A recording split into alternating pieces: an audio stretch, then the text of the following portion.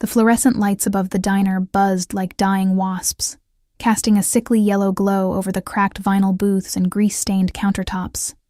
My feet screamed inside my worn sneakers, the same pair I'd been wearing for 8 months now, held together with duct tape and sheer willpower.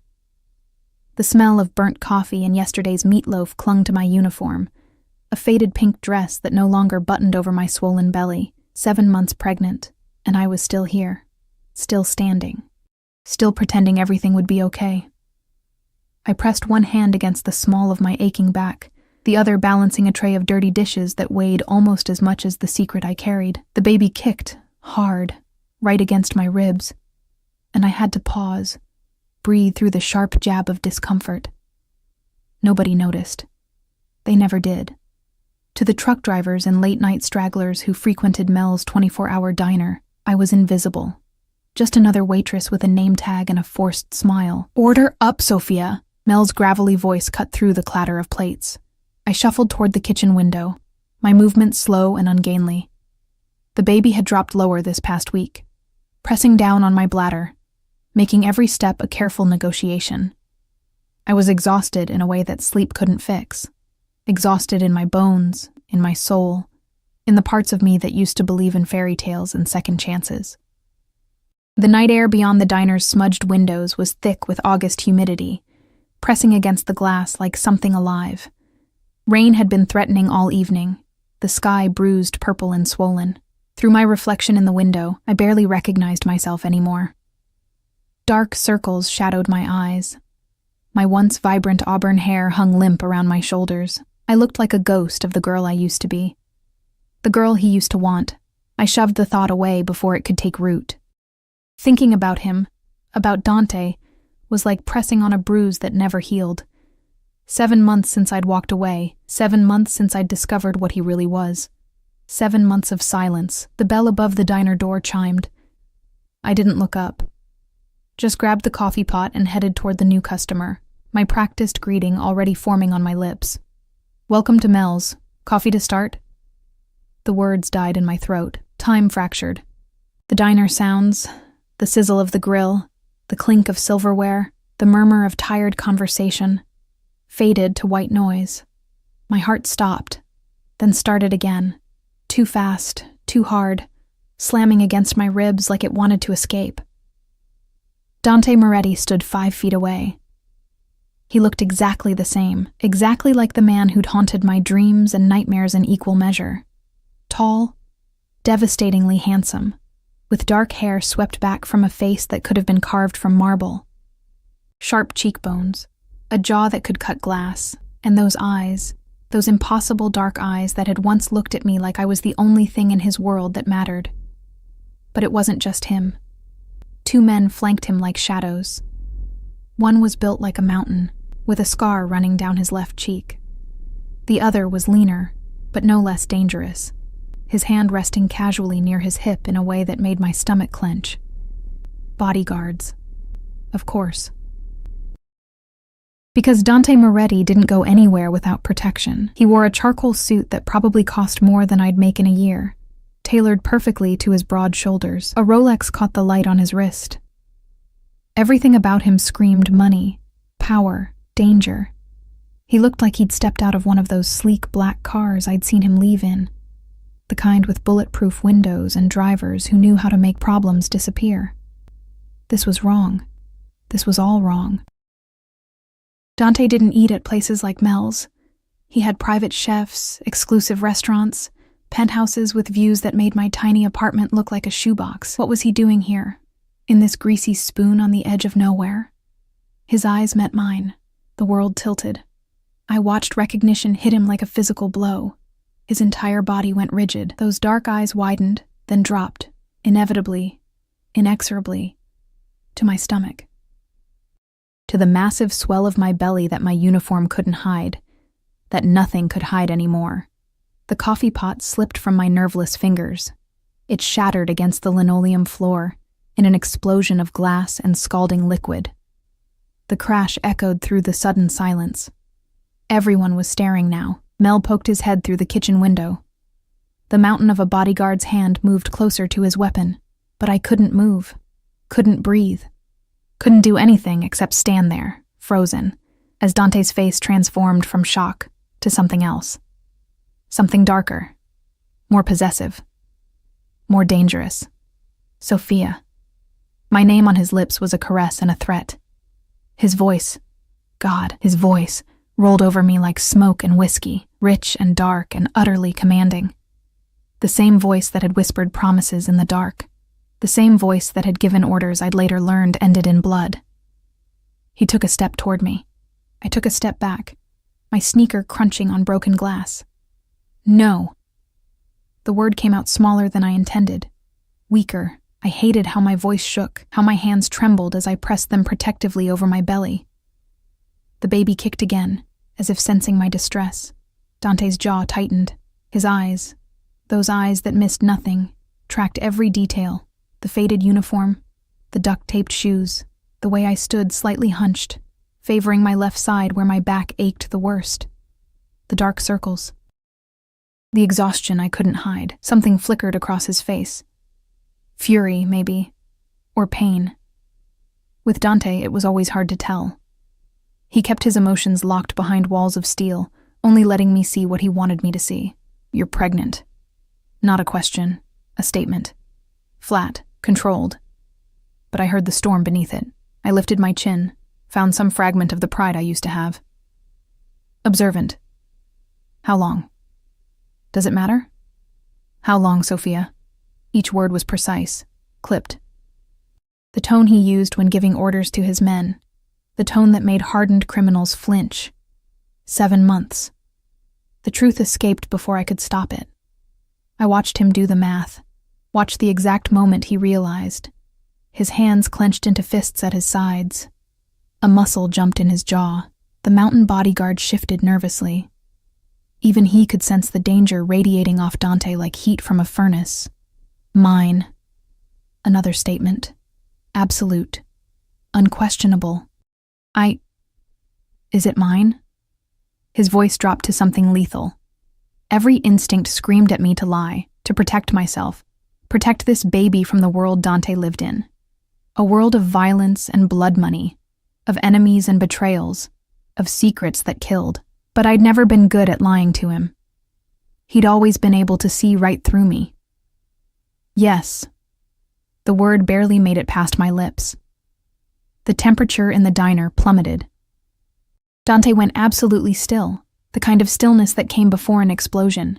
His eyes turned to black ice. You've been carrying my child for 7 months and you didn't tell me? I left for a reason, Dante. What reason could possibly? You killed someone. My voice cracked on the words. I saw you. I saw what you did to Marco. Marco.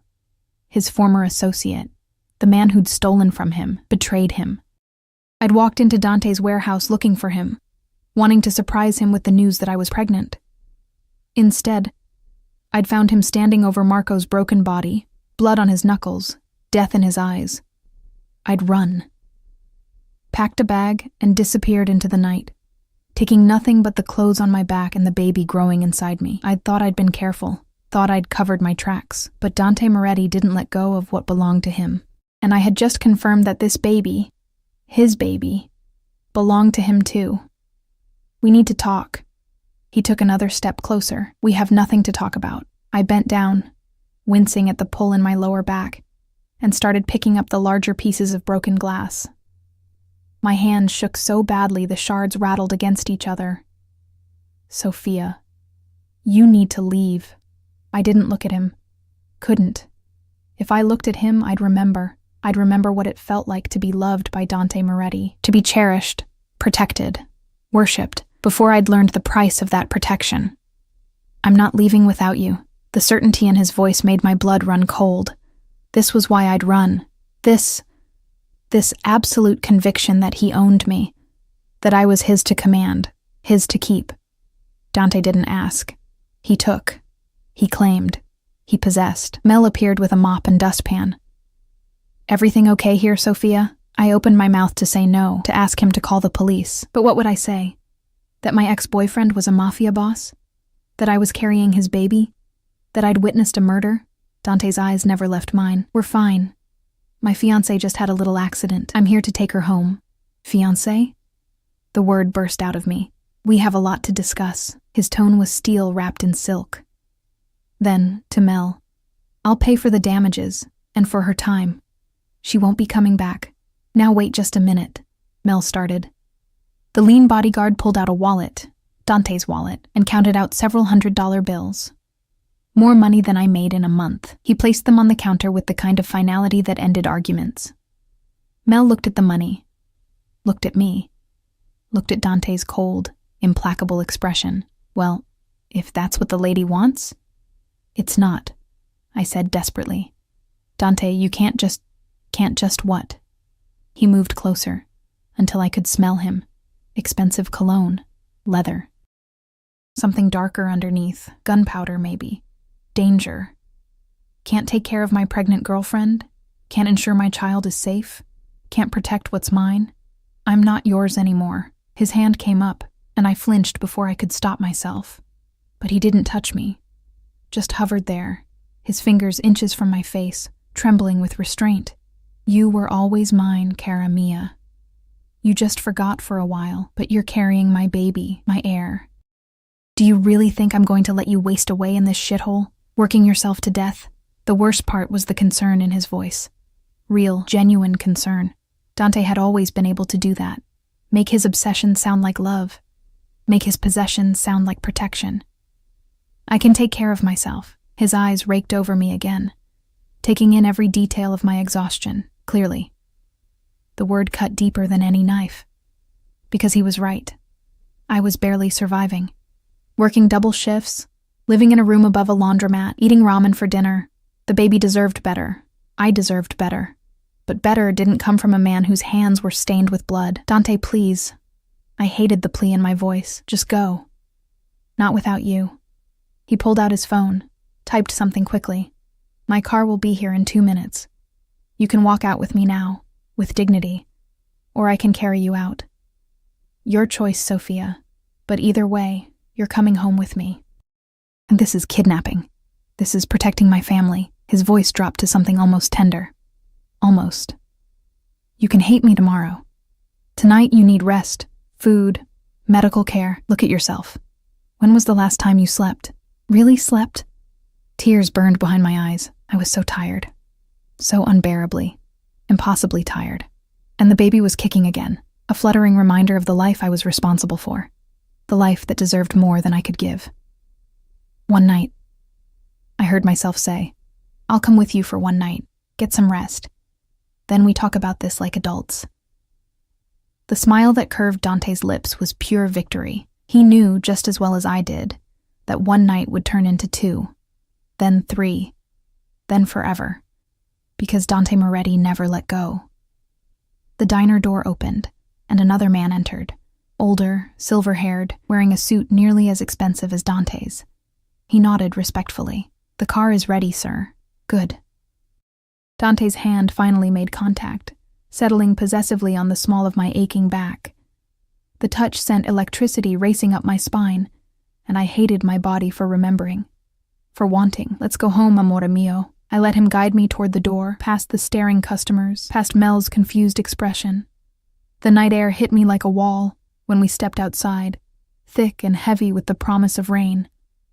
A black SUV idled at the curb, bulletproof windows just like I'd imagined. The driver opened the back door. Dante handed me in like I was made of glass, his touch gentle despite the steel beneath it. The leather seats were soft, so much softer than anything I'd touched in months. Climate-controlled air kissed my overheated skin. Dante slid in beside me, close enough that our thighs touched. The door closed with a heavy, final thunk. The SUV pulled smoothly into traffic. I'd escaped Dante Moretti once. But looking at his profile in the darkness, at the possessive set of his jaw, and the protective way his hand had already moved to rest on my swollen belly, I knew with absolute certainty I would never escape him again. The penthouse was exactly as I remembered it, and nothing like I remembered it at all. Floor-to-ceiling windows overlooked the city, a glittering sprawl of lights that looked almost beautiful from this height. Almost innocent. Like you couldn't see the rot underneath, the violence that kept those lights burning. The furniture was modern and expensive, all clean lines and muted colors. Everything pristine, everything perfect, everything a cage. I stood in the living room, feeling monumentally out of place in my stained uniform and taped together shoes. The baby kicked, a rolling movement across my entire belly, and I winced. My back was screaming now, the dull ache that had been building all day, sharpening into something that stole my breath. Dante was on his phone, speaking rapid Italian to someone. His voice was clipped, authoritative. Every inch the boss, the mountain bodyguard, I'd heard Dante call him Luca, stood by the door like a sentinel. The lean one had disappeared somewhere into the depths of the penthouse. I should run. I should make a break for the elevator, try to get away while Dante was distracted. But my feet hurt, my back hurt, everything hurt, and the leather couch looked so soft, so inviting. When was the last time I'd sat on something that wasn't held together with duct tape and prayers? "Sit down before you fall down," Dante's voice cut through my thoughts. He'd ended his call, was watching me with those dark, unreadable eyes. "You're swaying." "I'm fine." "You're exhausted." He crossed to me in 3 long strides, his hand cupping my elbow. The touch was gentle but firm, guiding me toward the couch whether I wanted to go or not. "Sit. Now." I wanted to argue, wanted to maintain some shred of independence.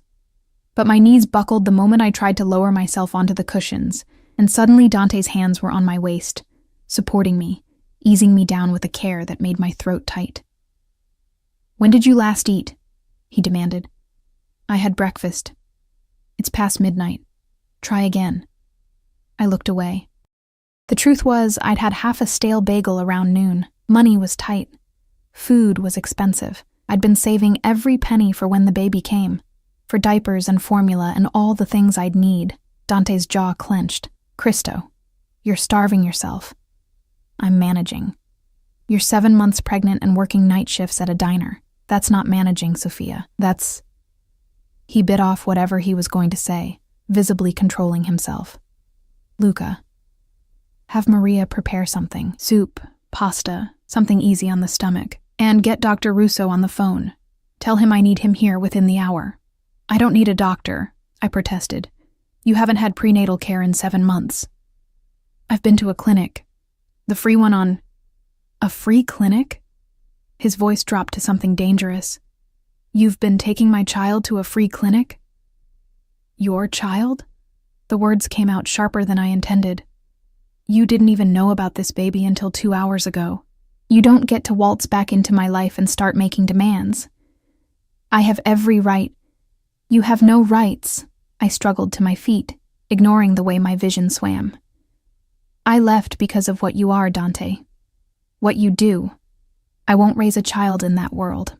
He moved closer, crowding into my space, not touching, but close enough that I could feel the heat radiating off him. Close enough that I had to tilt my head back to meet his eyes. What world is that exactly? The world where you have a roof over your head, food in your stomach, medical care, protection. The world where people die, Dante, where you kill them with your bare hands. Something flickered in his expression. Pain, maybe, or regret. But it was gone too quickly to be sure. Marco betrayed the family. He knew the consequences. He was a person, a human being. He was a traitor who would have gotten us all killed. Dante's hand came up, cupping my face with a gentleness that contradicted the steel in his voice. "You think I wanted you to see that? You think I wanted you anywhere near that part of my life? I kept you separate for a reason. Kept me ignorant, you mean. Kept you safe." His thumb brushed across my cheekbone, and I hated the way I leaned into the touch. 7 months hadn't been long enough to forget how good his hands felt on my skin. "Do you have any idea what would have happened if my enemies knew about you? If they'd discovered you were pregnant?" Ice slid down my spine. I hadn't thought about that.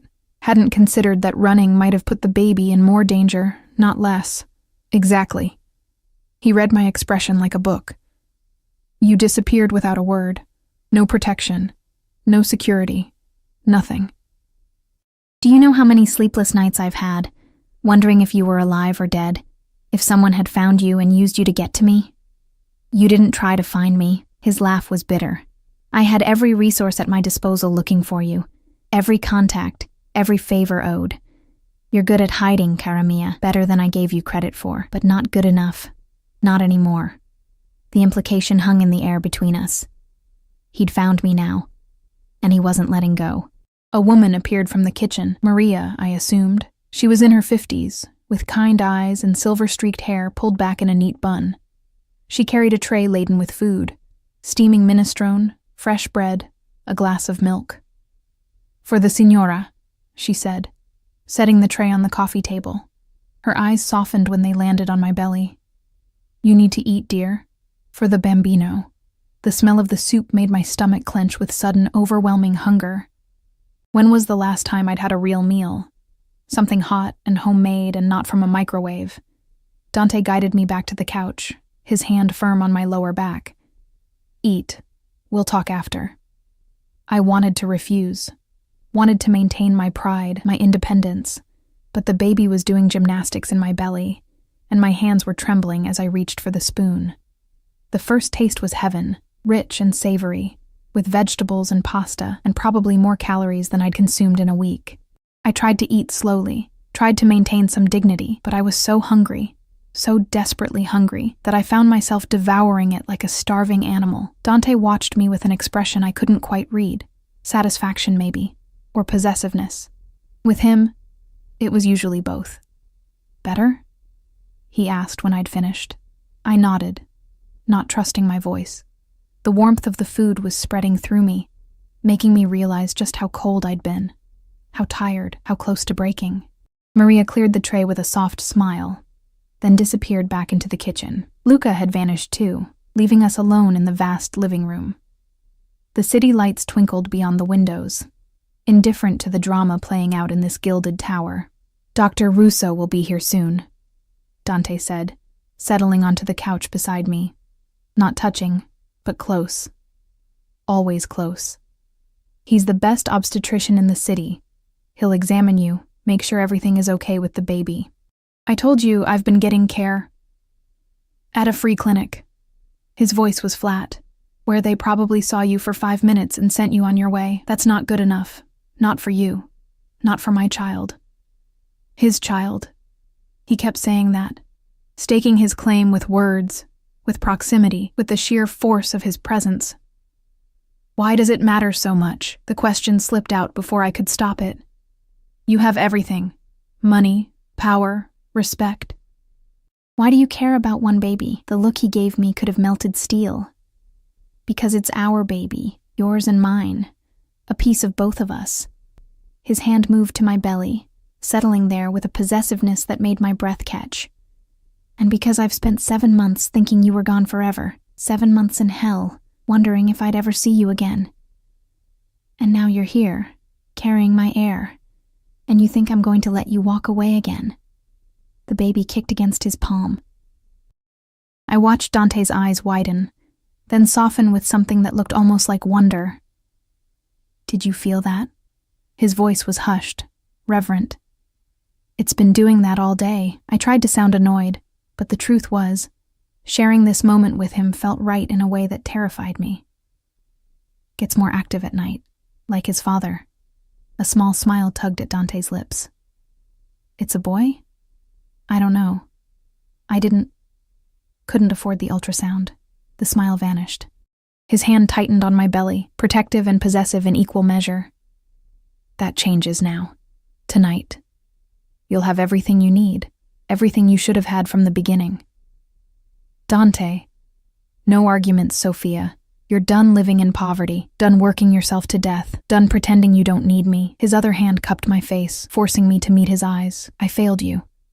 I let you see something you should never have seen, and I drove you away. But I won't fail our child. I won't fail you again. You can't just make this all go away with money and pretty words. Watch me." The doorbell chimed, a soft melodic sound that seemed absurdly civilized given the tension crackling between us. Luca reappeared to answer it, and moments later a distinguished-looking man in his 60s entered, carrying a medical bag. "Dr. Russo." Dante stood, shaking the man's hand. "Thank you for coming on such short notice." Of course, Mr. Moretti. The doctor's eyes found me, professional and kind. And this must be the young lady. How are you feeling, my dear? Tired, I admitted, achy. Perfectly normal at 7 months. But let's have a look, shall we? Mr. Moretti, if you could give us some privacy. No. Dante's voice was absolute. I stay. Dr. Russo glanced at me, questioning. I should have said yes. Should have used this opportunity to speak privately with the doctor, but part of me, the traitorous, exhausted part that remembered what it was like to be loved by Dante Moretti, wanted him there. It's fine, I heard myself say. The examination was thorough. Dr. Russo checked my blood pressure, listened to the baby's heartbeat, measured my belly. His frown deepened as he worked. Your blood pressure is elevated, he said finally. Not dangerously so, but higher than I'd like, and you're underweight for this stage of pregnancy. Have you been experiencing any swelling in your hands or feet? Some, I admitted, especially after long shifts. Long shifts? His eyebrows rose. What kind of work have you been doing? She's a waitress, Dante said, his voice tight. Was a waitress. That's over now. Dr. Russo nodded slowly. I'm going to recommend bed rest for the remainder of your pregnancy. Light activity only. No stress, no physical labor. And you need to gain weight. At least 10 pounds before delivery. Bed rest? Panic fluttered in my chest. I can't afford. Money is not an issue, Dante interrupted. Whatever she needs, whatever the baby needs, cost is irrelevant. The doctor pulled out a prescription pad, scribbling notes. Prenatal vitamins. High quality, not the generic kind. Iron supplements. I want to see you twice a week for monitoring. And I'm going to schedule an ultrasound for tomorrow morning at my office. We need to check on the baby's development, make sure everything is progressing normally. Tomorrow morning. As if I was staying here, as if I'd already surrendered. But where else could I go? Back to my room above the laundromat? Back to working double shifts while my blood pressure climbed and the baby suffered? Dr. Russo packed up his bag, gave Dante a long look laden with meaning, then left with promises to return in a few days. Luca showed him out, leaving Dante and me alone again in the too quiet penthouse. You need rest, Dante said. Come, I'll show you to your room. My room? Did you think I'd make you share mine? Something flashed in his eyes. Hurt, maybe. I know you're not ready for that. Not yet. But you're staying here, Sophia, in comfort, in safety, where I can make sure you and the baby are taken care of. He helped me to my feet, his hand steady on my elbow. We walked down a hallway lined with expensive art, past closed doors that probably led to rooms I'd never see. He stopped at the last door, pushed it open. The bedroom was gorgeous, enormous bed with crisp white linens, windows overlooking the city, a door that I assumed led to a private bathroom.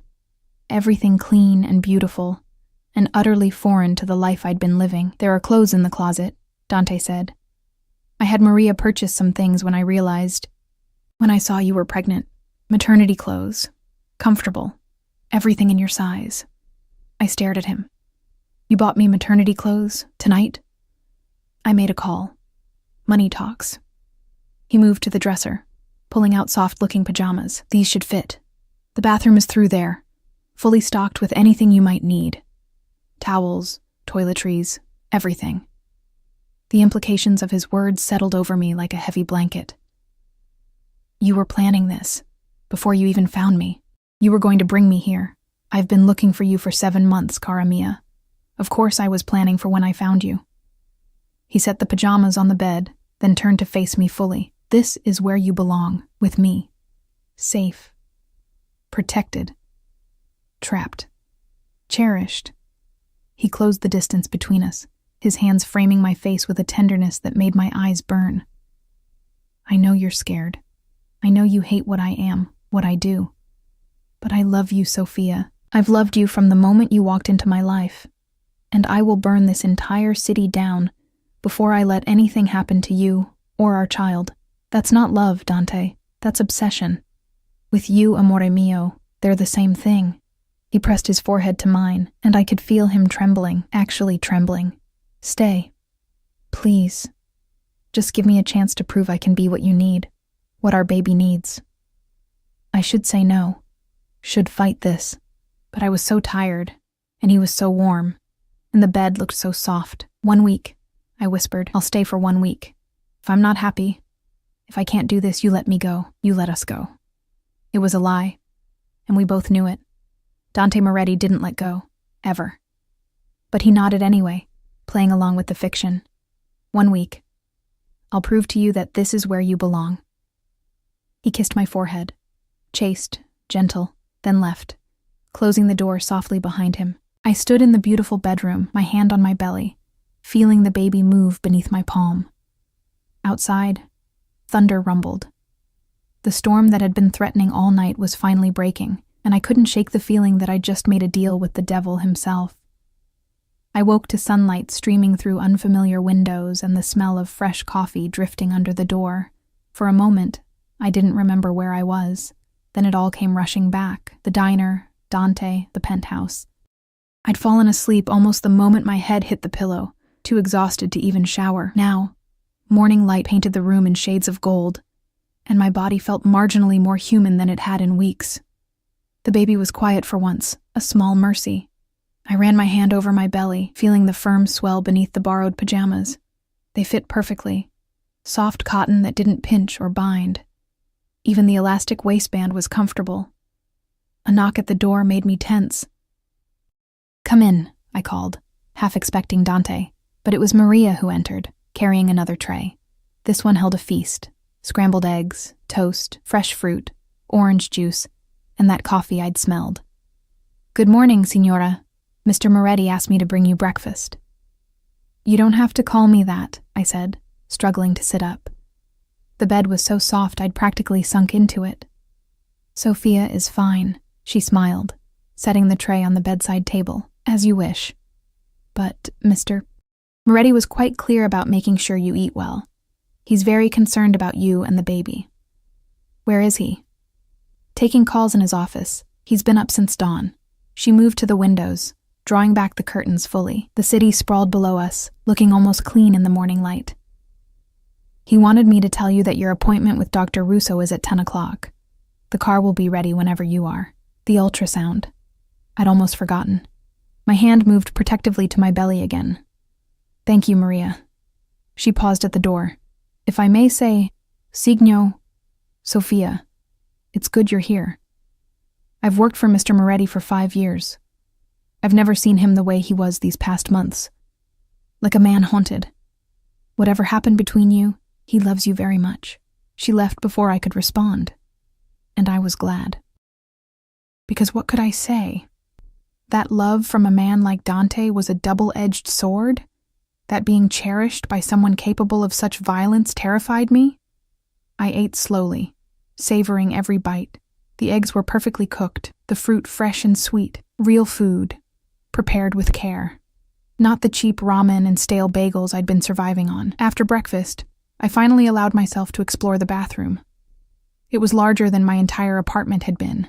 All marble and gleaming fixtures. The shower had multiple heads and looked like something from a spa. Bottles of expensive shampoo and conditioner lined the shelves. Brands I'd only ever seen in magazines. I spent longer in the shower than necessary, letting the hot water ease the constant ache in my back.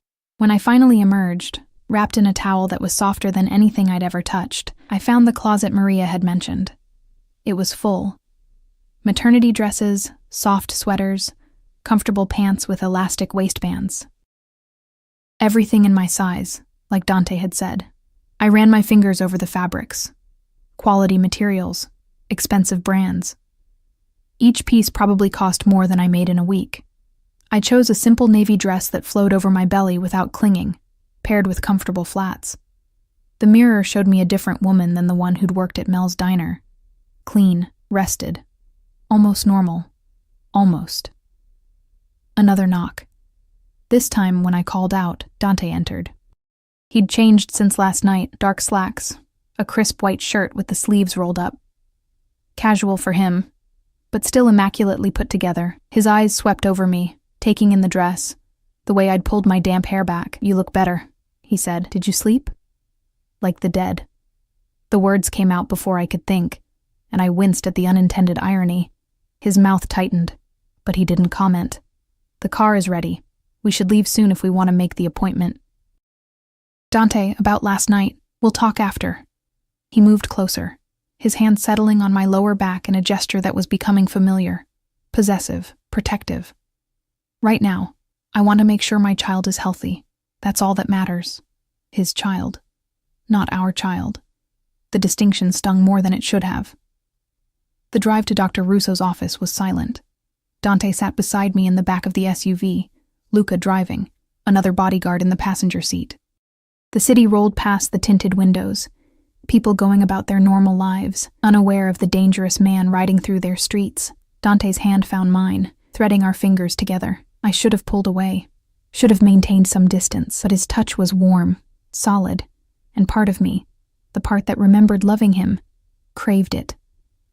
Dr. Russo's office was in an exclusive medical building, the kind with marble floors and original art on the walls. We were ushered past the waiting room into a private suite. No waiting, no forms to fill out, just immediate, personalized attention. Good morning. Dr. Russo greeted us with a warm smile. Ready to see your baby? My throat tightened. In 7 months, I'd never had a real ultrasound. The free clinic had used a portable device that gave me only the most basic information, that the baby was alive, that there was a heartbeat. But this was different.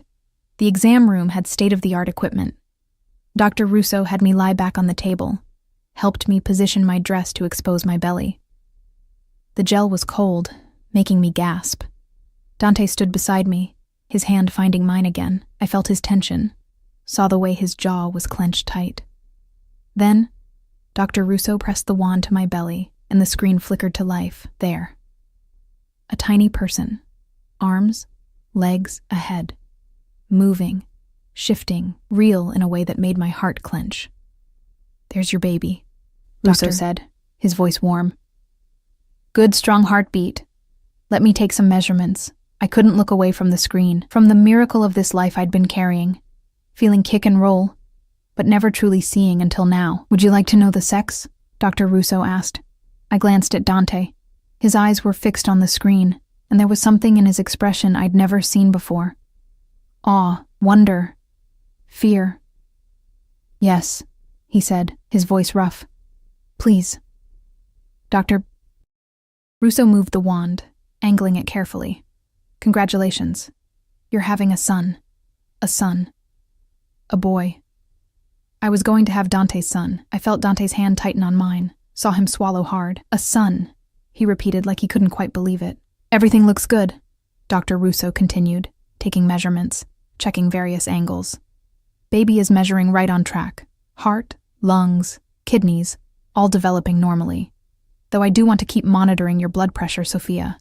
And I want you to continue with the bed rest. No exceptions. I understand, I managed. The appointment continued.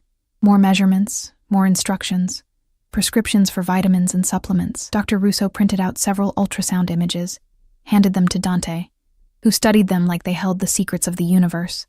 When we finally left, stepping back into the sunshine, Dante was quieter than I'd ever seen him. He held the ultrasound images carefully, reverently, as Luca opened the car door. But we didn't go back to the penthouse. Instead, the SUV headed in a different direction, toward the exclusive shopping district. Where are we going? I asked. Shopping. Dante's voice was controlled, but I could hear the undercurrent of emotion beneath it. My son needs things. A nursery. Clothes. Everything. Dante, that's not necessary. It is absolutely necessary. He turned to me, and the intensity in his eyes stole my breath. I've missed 7 months, Sophia. 7 months of doctor's appointments, of feeling him kick, of watching you grow with my child. I can't get that time back, but I can make damn sure that from this moment forward, both of you have everything you could possibly need. We pulled up in front of an upscale baby boutique, the kind of place I'd never dared enter before, where a single onesie probably cost more than my weekly grocery budget. The staff recognized Dante immediately, or at least recognized money when they saw it. A beautifully dressed woman in her 40s approached, all professional smiles. Mr. Moretti, welcome. How can we help you today? My partner is pregnant, 7 months. We need everything for a nursery, the best you have. Money is no object. The woman's eyes widened slightly. Then she was all business. Of course. Right this way. We have several premium collections. What followed was surreal. Dante moved through the store with focused intensity, pointing at furniture, cribs, changing tables. The staff scrambled to keep up, pulling items, making notes, discussing delivery options. Dante, this is too much, I protested as he selected what had to be the 5th outfit in a row. It's not enough. He held up a tiny blue onesie with sailboats on it, and something in his expression made my chest ache. He deserves everything, Sophia. Everything I can give him. He needs love, not things. He'll have both. Dante set the onesie aside, turned to me. Let me do this. Let me provide for my family. It's all I know how to do. The vulnerability in his voice undid me. This was the man I'd fallen in love with. The one beneath the violence and the danger. The one who could be gentle when he chose to be. Okay, I whispered. But nothing too excessive. His smile was brief, wry. Too late for that, amore mio. By the time we left, Dante had purchased enough to fill a small warehouse. The boutique promised delivery within 2 days, and Dante had paid extra to have professionals come to the penthouse to set up the nursery. We had lunch at a quiet restaurant, another place where Dante was clearly known, where we were given the best table in a private corner. He ordered for both of us, healthy options with extra protein, and watched to make sure I ate every bite. You're going to make me fat, I said, finishing my second helping of salmon. You're supposed to gain weight, doctor's orders. But there was warmth in his eyes, something almost playful. Besides, you're beautiful. Pregnant or not, the compliment made me flush. I looked away, focusing on my water glass. You can't just charm your way back into my life, Dante. I'm not trying to charm you. I'm trying to take care of you. He reached across the table, covering my hand with his. I know you're scared. I know you think I'm dangerous, and you're right. I am. But never to you. Never to our son. Everything I do, everything I am, it's to protect the people I love. Even if that means killing them, the question came out sharper than I intended. His hand tightened on mine. Marco betrayed the family. He sold information to our enemies that could have gotten 30 people killed, including you, if anyone had known about you. What would you have had me do, Sophia? Let him walk away. Let him put more lives at risk. There had to be another way. In my world, there isn't. His voice was flat. Final. I don't expect you to understand. I don't even want you to understand. But I need you to accept that this is who I am, what I am. And I will do whatever it takes to keep you and our son safe. The weight of his words settled over the table like a physical presence. This was the choice, then. Accept Dante completely, the good and the terrible, or walk away. Leave this life of safety and comfort and return to struggling alone. But was it even a choice anymore? Looking at his face, at the absolute certainty in his eyes, I knew he'd never let me go. 1 week, 1 month, 1 year. It didn't matter. Dante Moretti had decided I was his, and what Dante decided became reality. I want to see where you work, I said suddenly. The legitimate businesses, not the other things. But I want to understand what you do during the day. Surprise flickered across his face. Why? Because if I'm going to stay, if I'm going to raise our son in this world, I need to know all of it. Not just the pretty parts you show me. He studied me for a long moment, then nodded slowly. All right. This afternoon, I'll show you. We left the restaurant and drove to a high-rise office building in the financial district. Dante owned the top 3 floors. Legitimate import-export businesses, real estate holdings, investment firms. All perfectly legal, all generating massive profits.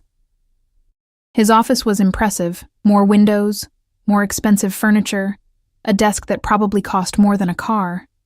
But what struck me was how natural he looked here, in a suit, making deals, reviewing contracts. This was the man the world saw, successful, powerful, legitimate. Most of what I do is legal, he said, sitting on the edge of his desk while I settled into one of the leather chairs.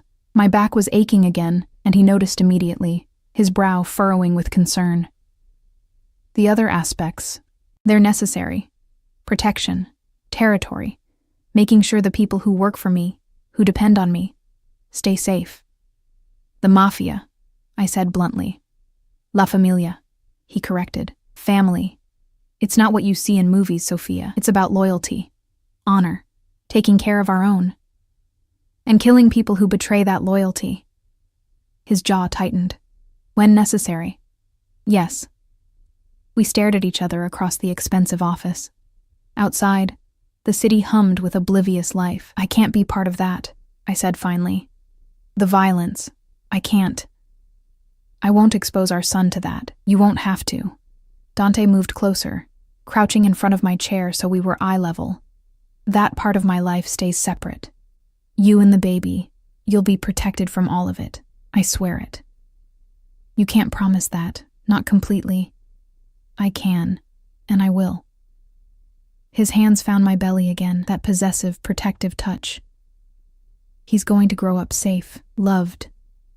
He'll have the best education, the best opportunities. He'll never want for anything, except a father who isn't a criminal. The words hung in the air between us, brutal and honest. Dante's face hardened. I am what I am, Sophia. I won't apologize for it. But I will be a good father. I will love him, protect him, die for him if necessary. Can you say the same for the men you met at that diner?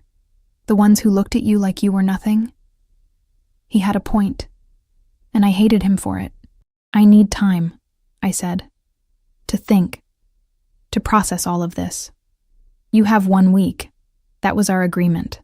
He stood helping me to my feet, but I'll tell you now, cara mia, by the end of that week, you won't want to leave. Because despite everything, you still love me. I see it in your eyes every time you look at me. Love isn't always enough. With us, it has to be. He pulled me close, his hand cradling the back of my head. Because I'm not letting you go. Not now. Not ever. You and our son. You're mine. And I protect what's mine. The certainty in his voice should have terrified me. Instead, as his arms wrapped around me and I felt the solid strength of him, I felt something else entirely. Safe, protected, cherished. And maybe, just maybe, that was enough. 3 days passed in a blur of doctor's appointments, deliveries, and Dante's constant, overwhelming presence. The nursery took shape with frightening speed. Professional designers transformed the room next to Dante's master suite into something from a magazine spread. Soft blues and creams, a crib that looked like a work of art, shelves already filling with books and toys. A rocking chair sat by the window, perfect for late-night feedings and quiet moments. I stood in the doorway, one hand on my aching back, watching the final touches being applied. Dante appeared behind me, his presence a warm weight at my shoulder. "What do you think?" he asked. "It's beautiful." And it was. Perfect. Everything a baby could need. It's too much. Nothing is too much for my son. His hand settled on my belly, a gesture that had become automatic over the past few days. The baby kicked against his palm, and I felt Dante's sharp intake of breath. He still reacted with wonder every time. He's strong, like his father. Or stubborn, like his mother. The ghost of a smile touched Dante's lips. God help me if he inherits your stubbornness. It was the closest we'd come to normalcy. This easy banter, these quiet moments. Almost like we were a real couple preparing for a baby. Almost like the violence and danger didn't exist. But it did. I saw it in the bodyguards who shadowed our every move, in the encrypted phones that rang at all hours, in the way Dante's expression would shudder when he took certain calls, stepping away to conduct business I wasn't supposed to hear. That night, we had dinner together in the penthouse, another routine that had developed. Maria prepared incredible meals, and Dante insisted we eat together, asking about my day, my comfort, the baby's movements, playing house in the most surreal way possible. "I have to go out tonight," he said, as Maria cleared our plates. "Business that can't wait." My stomach clenched. What kind of business? The kind you don't need to worry about. His voice was gentle but firm. "Luca will stay here with you, and there are 3 more men downstairs. You're completely safe." "That's not what I'm worried about." He went still. "Sophia." Are you going to kill someone tonight, Dante? The question came out quietly, but it echoed in the dining room like a gunshot. That's not... He stopped, jaw tightening. I'm going to handle a situation. How I handle it depends on how cooperative certain people are. So maybe you'll kill someone. Maybe I'll prevent my entire operation from being compromised. Maybe I'll save lives by stopping a threat before it becomes a problem. He stood, moving around the table to me. This is my world, cara mia. I won't lie to you about what it involves, but I also won't apologize for doing what's necessary to protect my family. We're not your family. Not really. We're just what? His voice dropped dangerously low. Just the woman I love? Just the child I'd burn the world down to protect? Tell me, Sophia, what exactly are you to me if not my family? I had no answer, because he was right, in his twisted way. This, us, had become something I couldn't define. Not quite love, not quite captivity. Something in between that left me constantly off balance. Dante pressed a kiss to my forehead, lingering there. Get some rest. I'll be back before morning. And Sophia? If anything happens, anything at all, Luca has orders to take you somewhere safe. No questions, no hesitation. You're scaring me. Good. Fear keeps you cautious. Cautious keeps you alive. He pulled back, his eyes searching mine. I need you to promise me something. If Luca tells you to move, you move. If he says run, you run. Can you do that? The seriousness in his tone made my pulse spike. What's going on, Dante? What aren't you telling me? Just promise me. I promise. He left with a kiss that felt too much like goodbye, and suddenly the penthouse felt enormous and empty. I retreated to my room, though I'd started thinking of it as our room in my weaker moments, and tried to read. But concentration was impossible.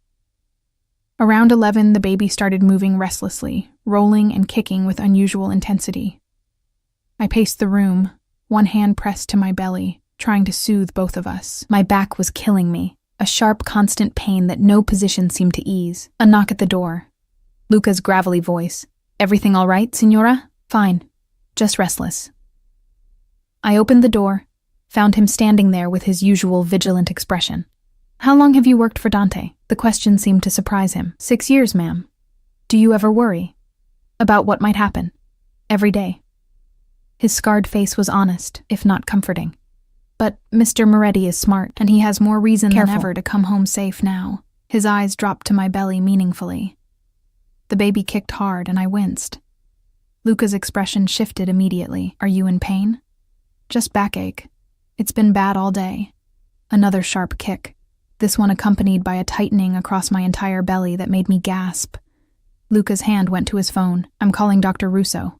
It's just Braxton Hicks. The doctor said they're normal. Another tightening. Stronger this time. Definitely not normal. With respect, signora, you're 7 months pregnant and in pain. We're calling the doctor. Dr. Russo answered on the second ring, listened to Luca's terse description, then asked to speak to me. I described the tightening, the back pain, the baby's restless movements. I want you to come to the hospital, he said, his voice calm but serious. It could be nothing, but given your elevated blood pressure and the stress you've been under, I'd rather be cautious. Can you get here within the hour? Yes, but no arguments, my dear. Better safe than sorry. Luca was already on another phone, barking orders. Within minutes, the SUV was ready. 2 additional cars flanking us. A full security detail. I felt ridiculous, being rushed to the hospital for what was probably nothing. But Luca's grim efficiency left no room for protest. We were halfway to the hospital when Luca's phone rang. He answered in rapid Italian, his expression darkening with each word. Then to the driver. Faster, now. What's wrong? My heart was pounding. Mr. Moretti's meeting was a setup. There was gunfire. He was already dialing another number. He's okay, he added quickly, seeing my face, but the situation is hot. We need to get you secured. Gunfire. Setup. The words swirled in my head as another contraction, because that's what they were, I realized with growing panic, tightened across my belly. We pulled up to the hospital's private entrance. Luca had me out of the car and inside before I could fully process what was happening. Dr. Russo was waiting, his face professionally calm, but I could see the concern in his eyes. "Let's get you examined," he said, guiding me toward the elevator. The examination room felt too bright, too cold.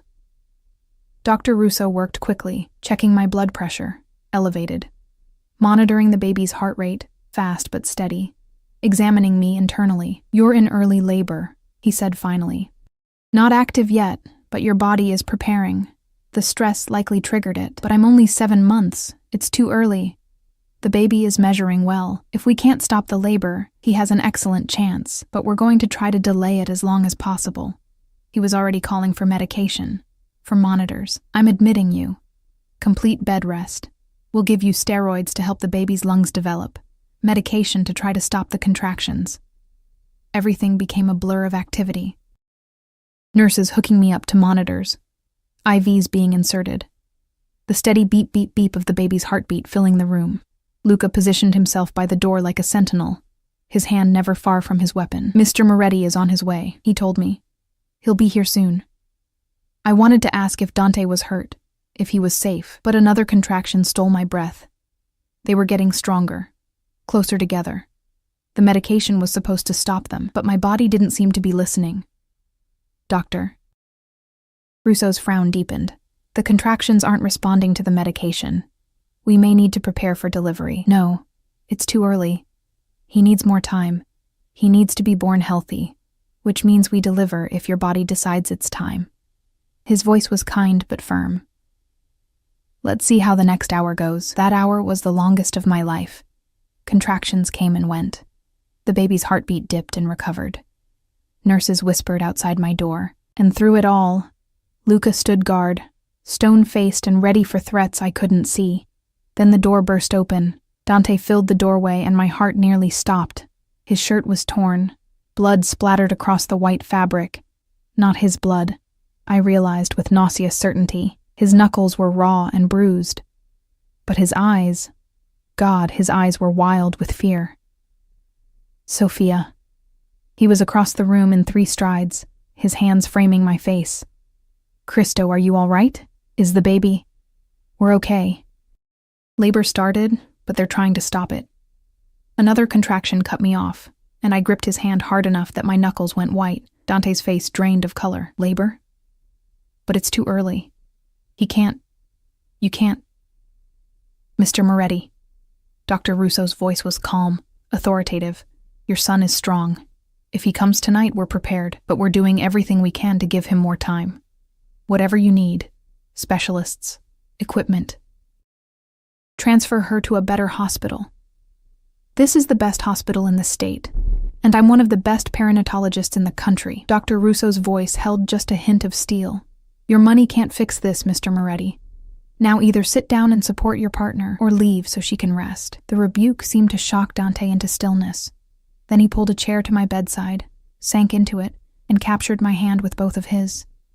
The blood on his shirt left smears on my skin. "I'm here," he said, his voice rough. "I'm not going anywhere. Whatever happens, we face it together. You're bleeding. Not my blood. Don't worry about it." He raised my hand to his lips, pressed a kiss to my knuckles. "Just focus on staying calm, on the baby. Everything else can wait." But I could see the tension in his shoulders, the way his eyes kept darting to the door. Something had happened tonight, something bad. And now I was in labor, vulnerable, and Dante was clearly terrified in a way I'd never seen before. "What happened at your meeting?" I asked during a break between contractions. His jaw tightened. "Ambush. They knew I was coming. Someone sold information." His eyes were black with fury. "But they underestimated us. We got out." "Did anyone?" "Yes." The single word was brutal in its honesty. "But not my men. We're all alive. They're not." I should have been horrified, should have recoiled from this man whose hands were still stained with violence. But all I felt was relief that he was here, safe, whole. "I was so scared," I whispered. "So was I." His forehead dropped to rest against our joined hands. "When Luca called and said you were in the hospital, I thought, Cristo, I thought I'd lost you both. I've faced down guns, knives, every kind of threat. but nothing has ever terrified me like that call. Another contraction built, this one fiercer than before. I cried out, unable to hold it back. Dante's grip on my hand tightened, his other hand smoothing back my sweat-dampened hair. Breathe, amore mio. Just breathe. I've got you. Dr. Russo examined me again, his expression growing more serious. You're progressing despite the medication. We're looking at delivery within the next few hours. No, please. He needs more time. He needs to be born safely. And right now, that means letting nature take its course. Dr. Russo's voice was gentle.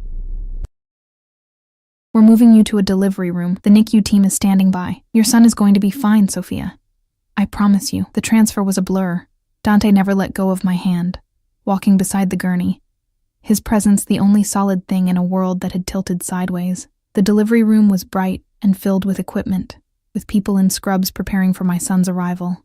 My son. Dante's son. Too early, too small, but fighting to be born anyway. You can do this, Dante murmured against my ear as another contraction hit. You're the strongest person I know. You survived 7 months on your own. You kept our son safe when I couldn't. Now let me be strong for you. The labor intensified. Hours blurred together. Pain, pressure, Dante's voice coaching me through each contraction. Dr. Russo's calm instructions. Somewhere in the chaos, I stopped being scared and started being determined. This baby, our baby, was coming. And I'd be damned if I wasn't strong enough to bring him into this world. One more push, Sophia, Dr. Russo urged. I can see his head. One more. I bore down with everything I had, squeezing Dante's hand hard enough that I heard bones creak. He didn't flinch, didn't complain, just pressed his forehead to mine and breathed with me. And then, a cry. Thin and reedy but unmistakably alive. It's a boy, Dr. Russo announced, though we already knew. 5 pounds, 2 ounces. Small but fighting. I caught a glimpse of him. Tiny, red-faced, squalling with indignation, before the NICU team whisked him away to assess him. Dante's hand shook in mine as he watched our son disappear behind a screen of medical personnel. Is he okay? Dante's voice cracked. Tell me he's okay. He's breathing on his own. Good color. Strong cry. The neonatologist's voice carried over the controlled chaos. We'll need to monitor him closely, but initial signs are very good. I sagged back against the bed, exhausted beyond measure. Dante's hand came up to cup my face, and when I looked at him, I saw tears tracking down his cheeks. You did it, he whispered. Our son, you gave me a son. We have a son, I corrected, my own voice breaking. He kissed me then, soft, reverent, filled with emotion too complex to name. When he pulled back, his eyes held a promise. I will protect him with my life. Both of you.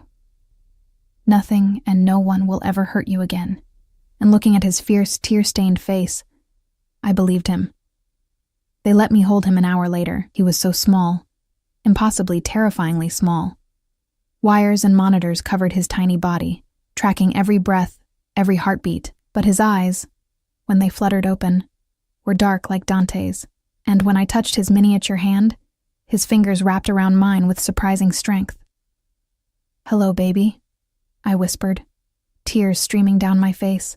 I'm your mama. I'm so sorry you had to come early. But you're going to be okay. We're going to make sure of it. Dante stood beside the incubator, one hand pressed to the glass like he was afraid to touch, afraid his violence-stained hands might somehow taint this perfect, innocent life. The NICU nurse, a kind woman named Patricia, smiled at him. Would you like to hold your son, Mr. Moretti? Dante looked genuinely uncertain, maybe the first time I'd ever seen him unsure of anything. What if I hurt him? You won't. Sit here. She guided him to the chair beside my bed. Support his head. That's it. Nice and gentle. She transferred our son from my arms to Dante's, and I watched something fundamental shift in the man I thought I knew. Dante Moretti, killer, crime lord, the most dangerous man in the city, cradled our tiny son like he was made of spun glass, his hands, so capable of violence, trembled with overwhelming gentleness. "Cristo," he breathed. "He's so small, so perfect." The baby made a soft sound, nestling against Dante's chest. And Dante, hardened, controlled Dante, broke down completely. Silent tears coursed down his face as he stared at our son with absolute wonder. "I swear to you," he whispered to the baby, "I will give you everything, every opportunity, every protection. You will never know fear or hunger or pain. You will be safe, loved. I swear it on my life." My heart twisted, because I heard the promise underneath, that Dante would do anything, become anything, sacrifice anything to keep this child safe, even if it meant more violence, more blood, more darkness. But looking at them together, father and son, connected by something deeper than blood, I couldn't find it in myself to care. Not right now. Not when we'd just barely brought this life into the world. "He needs a name," I said softly. Dante looked up, his eyes still wet. "What about Alessandro, after my grandfather, the only man who ever truly understood what it meant to be family?" "Alessandro. It was beautiful, strong, Italian, like his heritage." "Alessandro Moretti," I tested the name. "What do you think, little one? Do you like it?" The baby, Alessandro, made another soft sound like agreement. "Alessandro it is," Dante confirmed, pressing a kiss to his son's forehead. "Welcome to the family, Piccolo." The NICU required Alessandro to stay for observation. Premature babies needed time, monitoring, care we couldn't provide at home. Dr. Russo assured us he was doing remarkably well, beating every expectation, but they wanted to be cautious, which meant I was discharged 2 days later while my son remained behind. Leaving the hospital without him was the hardest thing I'd ever done. Dante had to practically carry me to the car, my body still recovering, my heart shattering with every step away from the NICU, but Patricia promised we could visit any time, that Alessandro was in the best possible hands. The penthouse felt different when we returned. The nursery that had been prepared with such care sat empty, waiting. I stood in the doorway, staring at the crib that should have held my baby, and finally let myself break down completely. Dante found me there, crumpled on the floor of the nursery, sobbing into my hands. He didn't say anything, just gathered me into his arms and held me while I cried out every fear, every exhausted emotion of the past week. "He's going to come home," Dante murmured into my hair, "strong and healthy. Patricia said maybe 2 weeks. We can do 2 weeks. I want him here. I want him safe. He is safe. He's in the best NICU in the state, with round-the-clock care. And tomorrow we'll go see him. Spend the whole day if you want. I've already cleared my schedule." I pulled back to look at him. "What about your business? The people who ambushed you? Don't you have to deal with that?" His expression hardened. "That's been handled. Permanently. The threat is eliminated, meaning more death, more blood, more of the darkness that followed Dante everywhere. But for once I felt only grim satisfaction. Whoever had attacked him had put Alessandro at risk, had triggered early labor, had endangered my son. Let them be eliminated. The realization of how far I'd fallen, or risen, depending on perspective, should have horrified me. Instead, I just felt tired of fighting the inevitable, tired of pretending Dante wasn't exactly what I needed him to be. "I want to stay," I said quietly. "Not just for a week, not just until Alessandro comes home. I want to stay. With you. Build a life together. For our son." Dante went absolutely still. "You mean that?" I mean, I'm terrified. I don't know if this will work. I still hate what you do, what you are." I touched his face, feeling the roughness of stubble, the warmth of his skin. "But I love you anyway. I've loved you since the moment you walked into that gallery opening and made me laugh when I was supposed to be working. And I love our son. And I think maybe we can make this work. If you promise me something. Anything. Keep the violence away from us. From Alessandro. I don't care what you have to do or who you have to become when you're out there, but when you come home, you leave it at the door. Can you do that?" "Yes." No hesitation. absolute certainty. I already decided. The night you went into labor, when I thought I might lose you both, I realized nothing else matters. My empire, my reputation, my power. It's all meaningless if I don't have you and Alessandro. So yes, I can be two men. The one the world sees, and the one who comes home to you. Then we try. We really try to make this family work. He kissed me then, deep and claiming, and filled with promise. When he pulled back, his eyes held something I'd never seen before. Hope. The next 2 weeks passed in a strange new rhythm. Every morning, we'd drive to the hospital and spend hours in the NICU.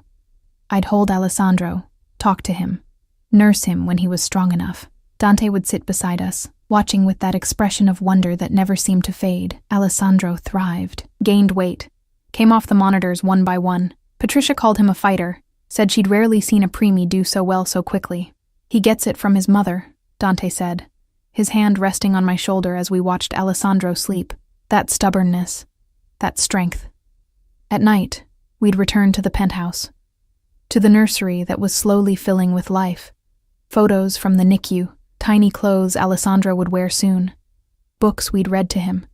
Dante worked from home, taking calls and meetings in his office, but never missing our afternoon visits to see our son. And slowly, carefully, we rebuilt what we'd once had. The easy conversation, the comfortable silences, the way Dante's hand would find mine without thinking, the way I'd lean into him instinctively, finding safety in his strength. We didn't share a bed, not yet. That felt too fast, too presumptuous. But some nights, when the empty nursery felt too quiet, I'd find Dante in his office, and he'd pull me onto his lap, and we'd just sit together in the darkness, talking about Alessandro, about our fears and hopes, about the future we were building. "I want to marry you," he said one night, his voice quiet against my hair. "When you're ready, when you're sure. I want you to be my wife, not just my partner. I want Alessandro to grow up seeing his parents committed to each other." "Ask me again in 6 months," I said. "When we've proven we can do this. When Alessandro is home, and we've found our rhythm as a family." 6 months, he agreed. "And then I'm putting a ring on your finger so big you won't be able to lift your hand." I laughed, and it felt good. Natural. Like maybe we really could make this work. Finally, Patricia called with the news we'd been waiting for. "Alessandro is ready to go home." We arrived at the hospital within the hour, both of us vibrating with excitement and terror. Patricia showed us how to properly install the car seat, how to support his head, what warning signs to watch for. Dr. Russo gave us final instructions, prescriptions, follow-up appointments. And then Alessandro was in my arms, freed from wires and monitors, dressed in the tiny outfit Dante had picked out, soft blue with white stars. He looked so much bigger than he had 2 weeks ago. So much stronger. The drive home was the slowest of my life. Dante drove with exaggerated care, taking corners like we were transporting explosives. Every time Alessandro made a sound, we both tensed, checking the mirror to make sure he was okay. When we finally pulled into the underground garage of the penthouse building, Dante turned to look at me, his eyes bright. "Ready to start our life? More than ready." Luca met us at the private elevator, a rare smile on his scarred face when he saw the baby. "Welcome home, young master," he said solemnly. The penthouse had been transformed, flowers everywhere, tasteful arrangements that filled the rooms with color and life. A banner over the nursery door reading, "Welcome home, Alessandro." Maria waiting with tears in her eyes and a feast prepared for celebration. But all I cared about was getting Alessandro settled. We placed him in his crib, finally in his own room, and stood there watching him sleep like he might disappear if we looked away. "I can't believe he's really here," I whispered. "Believe it." Dante's arm came around my waist, pulling me against his side. Our son, our family, our future. That night, after feeding Alessandro and settling him in his bassinet beside my bed, I wasn't ready to have him in another room yet. I finally let myself feel the full weight of what we'd built, this strange, complicated, imperfect family. Dante appeared in my doorway, hesitant. "Can I come in?" "Of course." He crossed to the bassinet, spending a long moment just watching Alessandro sleep. Then he turned to me, his expression vulnerable in a way I'd rarely seen. "Thank you," he said quietly. "For giving me this. For giving me him. For giving me a second chance I probably don't deserve. You deserve to be happy, Dante. Even you." He sat on the edge of my bed, close enough to touch, but not quite touching. "I know you said 6 months before we talk about marriage, but can I ask you something now?" "What?" "Move into my room. Not for that. Just to sleep. I want to wake up next to you. I want to be there when Alessandro wakes up at night. I want us to be a real family in every way." I should have said no, should have maintained boundaries, but looking at this man who'd turned his world upside down for us, who'd proven over and over that he could be gentle when it mattered, I couldn't find a reason to refuse. "Okay," I said, "we'll try it. But Dante, if this doesn't work, if we can't make this family thing work, it will work. Because failure isn't an option, not with you, not with him." He leaned forward, pressing his forehead to mine. "I love you, Sophia. I've loved you since that gallery opening. I loved you when you left. I loved you through 7 months of hell. And I'll love you for the rest of my life. That's not obsession. That's not possession. That's just truth. I love you too," I whispered. "Even when I shouldn't. Even when it's terrifying. I love you." He kissed me then. Soft, sweet, full of promise. And when he pulled back, his smile was the most genuine I'd ever seen. 3 months later, I woke to Alessandro's soft cries and found Dante already at the bassinet, which we'd moved into his bedroom along with me. "Our bedroom now. I've got him," Dante murmured, lifting our son with practiced ease. "Go back to sleep." But I watched instead as Dante settled into the rocking chair by the window, Alessandro cradled against his bare chest. He was humming softly, something Italian I didn't recognize, and our son's cries quieted almost immediately. This was my life now, mornings with Dante and Alessandro. Days spent building routines and finding our rhythm. Evenings when Dante would come home from whatever darkness he'd faced and transform back into the man who read bedtime stories in bad Italian accents and made our son giggle with silly faces. The violence still existed. I'd been naive to think it wouldn't. But Dante kept his promise. He left it at the door. When he was home, he was just a father, just a partner, just the man I'd fallen in love with. "What are you thinking about?" Dante asked, catching me watching. "How far we've come. How different this is from what I imagined. Better or worse?" I looked at my son, healthy and growing, at the man who'd moved heaven and earth to keep us safe, at the life we'd built from the ashes of everything I thought I wanted. "Better," I said honestly. "So much better than I ever imagined." Alessandro let out a satisfied sound, his tiny hand fisted in Dante's chest hair. Dante winced but didn't move, just kept rocking, kept humming, completely content to be held captive by someone who weighed less than 10 pounds. 6 months after that night in the hospital, Dante asked me again. We were in the nursery. Alessandro was sleeping peacefully in his crib, finally in his own room. I'd just finished reading him a story, my voice soft in the twilight. When I turned, Dante was on one knee, a ring box in his hand. "I know we said 6 months," he began. "And it's been 9. But I needed to be absolutely sure, not of how I feel, but that you'd believe me when I said forever. So I'm asking now, Sophia, will you marry me? Will you let me spend the rest of my life proving I can be the man you and Alessandro deserve?" The ring was beautiful, a simple diamond, elegant rather than ostentatious. Exactly what I would have chosen. "Yes," I said, tears already falling. "Yes, I'll marry you." He slid the ring onto my finger, then pulled me into his arms. Over his shoulder, I could see Alessandro sleeping peacefully, our perfect son, the best thing we'd ever created together. This wasn't the life I'd planned, wasn't the fairy tale I'd imagined as a girl. but it was real. It was ours. And it was filled with a love so fierce, so protective, so all-consuming, that it had survived violence and separation, and every obstacle thrown in its path. Dante Moretti had found me in that diner, broken and pregnant, and running from his world. And somehow, impossibly, we'd built something beautiful from the wreckage. Our son slept in his crib, my ring caught the light from the hallway. And in Dante's arms I finally felt like I'd come home, not to a place, but to the people who made anywhere feel like home, my family.